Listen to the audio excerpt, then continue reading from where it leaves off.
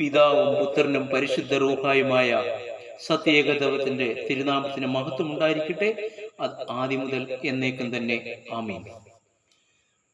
സ്വർഗദൂതർക്കുടയവനെ, അവരാൽ മഹത്വപ്പെടുന്നവനെ, വന്ദനവോട് നിനക്കു സ്തുതി. പ്രാർത്ഥനകൾ കൈക്കൊള്ളണമേ. ത്രിയേകാമേകത്രയാം ഏകദൈവവുമായുള്ള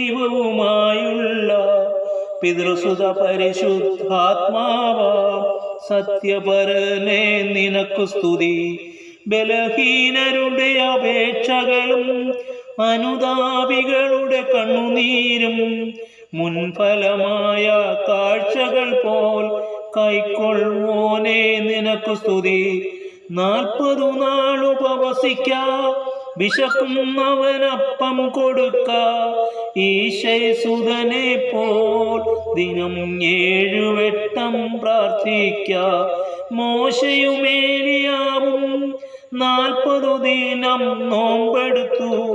നമ്മുടെ കർത്താവും നോറ്റു, ആകൽ കറുസായെ ജയിച്ചു. നമസ്കാരം കേൾക്കുന്നവനെ, യാചനകൾ നൽകുന്നവനെ, ഞങ്ങളുടെ നമസ്കാരം കേട്ടു, യാചനകൾ നൽകിയിടണമേ. രക്ഷാകരമായ വിശുദ്ധ 50 നോമ്പിന്റെ ദിവസങ്ങളിലേക്ക് നമ്മൾ പ്രവേശിക്കുകയാണല്ലോ. 50 ദിവസം നോമ്പോടും ഉപവാസത്തോടും കൂടെ ദൈവിക ചിന്തകളിലായിരിക്കുവാനും നമ്മൾ അനുതാപത്തിലൂടെ പ്രായശ്ചിത്തത്തിലൂടെ നമ്മൾ ഓരോരുത്തരും നമുക്ക് ദൈവം തന്നിട്ടുള്ള ഈ സുന്ദരമായ ലോകത്തിൽ ജീവിക്കുവാൻ സഹായിക്കട്ടെ. നമ്മുടെ വിശുദ്ധ കുർബാന വല്ലോം തരണേ എന്നുള്ളതല്ല, എന്നാൽ അതിനെ ഇന്ന് പല പട്ടക്കാരും ചില മേൽപ്പട്ടക്കാരും വല്ലതും തരണേ എന്ന് കരിസ്മാറ്റിക് ആക്കുവാൻ ശ്രമിക്കുകയാണ്.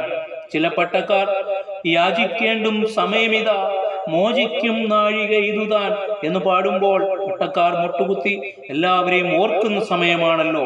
എന്നാൽ ഇന്നത്തെ കാലത്ത് കണ്ടുവരുന്നത് ബഹുമാനപ്പെട്ട പട്ടക്കാരൻ അനൗൺസ് ചെയ്യുകയാണ്, ജനങ്ങൾ അവരവർക്ക് ആവശ്യമുള്ളവർക്ക് വേണ്ടി പ്രാർത്ഥിക്കുവാൻ. സുറിയാനി പാരമ്പര്യമാണോ അതോ കരിസ്മാറ്റിക് ആക്കുകയാണോ? അതുപോലെ പരിശുദ്ധ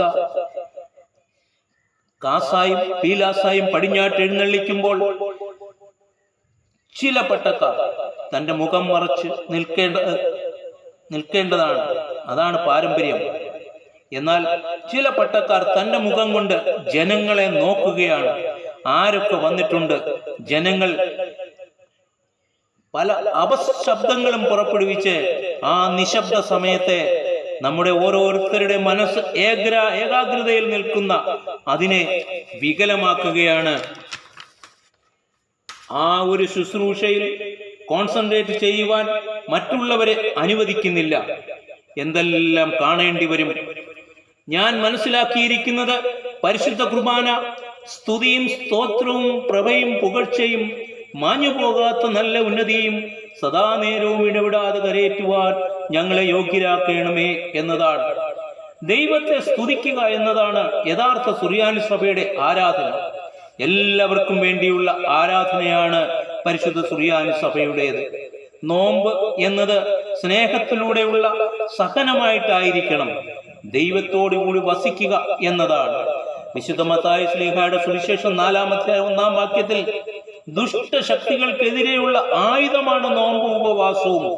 തുടക്ക ദിവസം ശുബ്കോനോ എന്ന ശുശ്രൂഷയാണ്.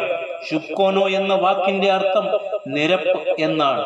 പത്രോസ് ശ്ലീഹ കർത്താവിനോട് ചോദിക്കുമ്പോൾ 70 വട്ടം ക്ഷമിക്കണമെന്നാണ്. 70 വട്ടം എന്ന് പറഞ്ഞാൽ 7നെ 7 കൊണ്ട് ഗുണിക്കുക. അങ്ങനെ 70 പ്രാവശ്യം ഗുണിച്ചു നോക്കുക. നമുക്ക് വായിക്കാൻ പറ്റാത്ത അത്ര വലിയ സംഖ്യ നമുക്ക് കാണാൻ സാധിക്കും. എന്ന് പറഞ്ഞാൽ ജീവിതകാലം മുഴുവൻ ക്ഷമിക്കുക എന്നതാണ്. അവിടെ താലന്ത് കടം വാങ്ങിയ മനുഷ്യന്റെ കഥ യേശുദമ്പുരാൻ പറയുന്നു. ഒരു രാജാവ് അവന്റെ കടം ഇളച്ചു കൊടുത്തു. പക്ഷെ അവന്റെ കടക്കാരനെ ഇളച്ചു കൊടുക്കാൻ തയ്യാറായില്ല. കായീൻ തന്റെ സഹോദരനോട് കോപിച്ചു. അതിനുള്ള മറുപടി കർത്താവ് പറയുന്നത്, നിനക്ക് സഹോദരനോട് വിരോധമുണ്ടായാൽ സഹോദരനോട് നിരപ്പാകുക എന്നല്ല, നിന്റെ സഹോദരന് നിന്നോട് എന്തെങ്കിലും വിരോധമുണ്ടെന്ന് നിനക്ക് തോന്നൽ മാത്രം മതി. ബലിവസ്തു അവിടെ വെച്ചിട്ട് ആദ്യം സഹോദരനോട് നിരപ്പാകുക എന്നതാണ്.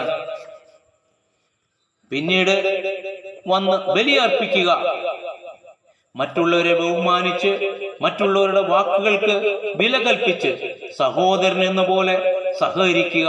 എന്നാൽ പലരും മറ്റുള്ളവർ അടിമകളാണ്, ഞാൻ പറയുന്നത് മാത്രം അനുസരിക്കേണ്ടവരാണ് മറ്റുള്ളവർ എന്ന ധാരണയിലാണ് ചിന്തിക്കുന്നത്.